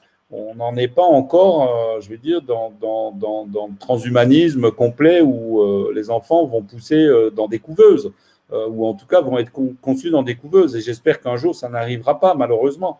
Donc voilà, donc je pense qu'il faut défendre nos valeurs, il faut aussi recréer ce tissu, je vais dire, social qui est basé sur des valeurs qui sont naturelles. Voilà, donc je pense qu'il faut retrouver les équilibres parce qu'on est en train de vivre dans des déséquilibres et on est en train d'en créer encore des énormes de plus en plus, quoi. Donc voilà. Voilà. Olivier? Ah, Olivier a figé. Voilà, donc je pense que bon, le live va se terminer là. Donc n'hésitez pas à aller sur le site livre-ai.com. Vous aurez toutes les informations nécessaires. Et à partir de là, ben, vous pouvez aller aussi sur les sites de vente, notamment de Amazon, mais aussi de la FNAC. Vous pouvez trouver, ou aussi sur Rakuten, donc sur Kobo. Voilà. Vous pouvez aussi maintenant, à partir de maintenant, commander le livre chez les libraires. Voilà, Olivier a planté, il est revenu. Donc voilà. Donc je disais que vous pouvez donc commander aussi le livre chez les libraires. N'hésitez pas à le faire. Et en plus, je vais vous donner une bonne nouvelle.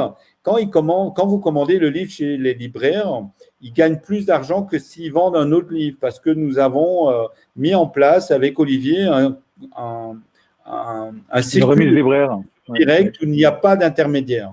Et c'est pour ça que nous pouvons nous permettre aux libraires de gagner plus d'argent. C'est aussi notre manière aussi d'être solidaire. Beaucoup de gens nous accusent en disant « ouais, vous publiez votre livre sur Amazon, etc. » Mais il faut savoir que aussi sur Amazon, c'est eux qui rétribuent le plus les auteurs.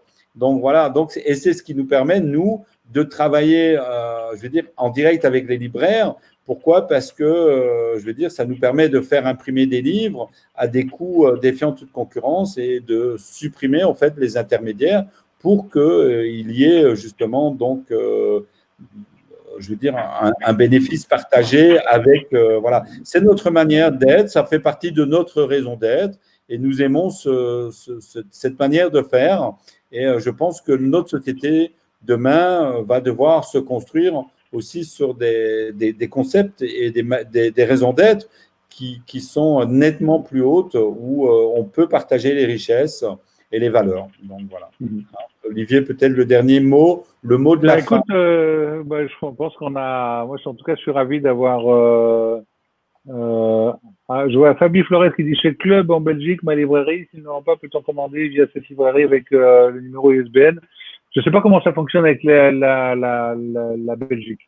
Sincèrement, je sais qu'en tout cas en France, on est chez le réseau des libraires. Maintenant, est-ce qu'avec le numéro ISBN, je ne sais pas. Bonne question, tiens. Il faudrait qu'on se renseigne. On va essayer. Club, c'est un réseau important en Belgique, effectivement. Ça vaudrait le coup de. On va te renseigner, Fabien. Merci pour cette info. En tout cas, oui, voilà. En tout cas, moi, je suis ravi d'avoir pu vous apporter des infos, à mon avis, importantes, tirées de ce livre, tirées de nos formations, parce que voilà, c'est. On propose quelque chose qui veut vraiment être le fondement d'un futur tel qu'on le souhaite tous. Et donc, il ne s'agit pas de se cacher ou de vouloir à tout prix garder les informations pour nous. Il s'agit de les partager, de construire ensemble. Donc, c'est pour ça que je suis très content d'avoir pu proposer cet atelier. De toute façon, ce n'est que, comme on l'a dit, ce n'est que le premier d'une longue série. On va donner du contenu. Bien sûr, c'est pas une formation, parce qu'une formation, il faut expérimenter sur soi. Il faut comprendre, il y a de la théorie, de l'expérimentation, il y a des enseignements, il y a des débriefs, il y a tout un tas de choses qui prennent du temps. Mais ce qu'on vous a montré là, ça fait partie des formations qu'on va proposer. Alors, moi, j'aurais une dernière chose à demander. Partagez un maximum, faites-nous connaître. Je sais qu'on vous demande peut-être… Oui, cliquez sur like et j'aime en dessous. Partagez la vidéo. Oui. plusieurs j'y pense pas. plusieurs fois. Oui, je sais, Olivier, j'y pense, c'est pour ça. Puis toi, tu étais dans tes slides, etc. Donc, voilà. Donc, ça, c'est pour ça qu'il y a Nathalie aussi, parce que c'est son rôle. Donc, voilà. Donc, aidez-nous à nous faire connaître. On n'a pas accès aux médias, on n'a pas accès aux grands médias. Donc, c'est un livre, vraiment, on le porte à bout de bras. C'est vraiment quelque chose qui nous coûte beaucoup d'énergie, même de l'argent. Pourquoi? Parce qu'on y croit, on croit en vous, on croit en nous, on croit aussi aux possibilités de faire les choses ensemble, mais il faut que nous jouons tous le jeu et que nous soyons le relais les uns des autres. Quand il y a quelque chose de bien, ben, il faut le relayer. Et nous sortons des postulats de la peur, de dire, OK, on va gagner beaucoup d'argent avec ça. Je peux vous dire qu'aujourd'hui, on n'a pas encore gagné d'argent, on en a perdu même pas mal. Enfin, on n'en a pas perdu, mais on a investi énormément d'argent et de temps. Voilà. Et on compte sur vous beaucoup pour que ce livre puisse démarrer, se faire connaître et voilà, et partager la vidéo parce que c'est une vidéo pour moi qui est importante. Et vous verrez qu'il y en a une autre qui sera aussi tout importante tout à l'heure. On va parler avec Olivier et moi je vais parler de mon expérience, de la mutualisation des moyens, de comment on peut construire un monde ensemble, comment on peut faire des choses ensemble. Et vous allez voir que c'est pas si compliqué que ça finalement. Il suffit de le vouloir et de dire OK, je n'ai plus peur, j'ose et j'avance. Voilà. OK. Merci Fabi qui dit qu'elle partage et tout. Ah oui, je pratique les nombreux outils et ça marche. Tout le monde doit le savoir. Oui, oui, tout ce que j'ai pu faire à l'époque de Transurfing, où il y avait déjà des outils des neurosciences et tout ce que j'ai rajouté depuis avec la sensorialité. Disons que c'est des outils qui sont en évolution permanente et effectivement, à chaque fois qu'on propose une nouvelle formation, c'est la meilleure version, c'est l'ultime version de cette évolution. Oui, et là, on n'est plus seulement dans le développement personnel, mais on touche à un domaine que vous n'avez pas forcément encore entendu parler, qui est le développement collectif. Ça veut dire que notre force de création, c'est le développement collectif. Évidemment que ça passe d'abord par le développement personnel, mais ça passera surtout par le développement collectif. Et c'est une nouvelle manière de fonctionner ensemble, de vivre ensemble, de faire et de créer des choses ensemble. Voilà. Hein? OK. Bon, bonne soirée. Merci Olivier. Merci Marc. Merci à tous ceux qui nous ont suivis en direct et merci à tous ceux qui nous auront écoutés en différé. Merci. On se donne rendez-vous mercredi prochain, 19h, hein, donc pour la mutualisation des moyens. Absolument. Encore du contenu à découvrir qu'on sera ravis de partager avec vous. Super, voilà. Vraiment. Merci. Bonne soirée à tous, un grand merci. Merci Marc. Et à très vite. À bientôt. Bye bye.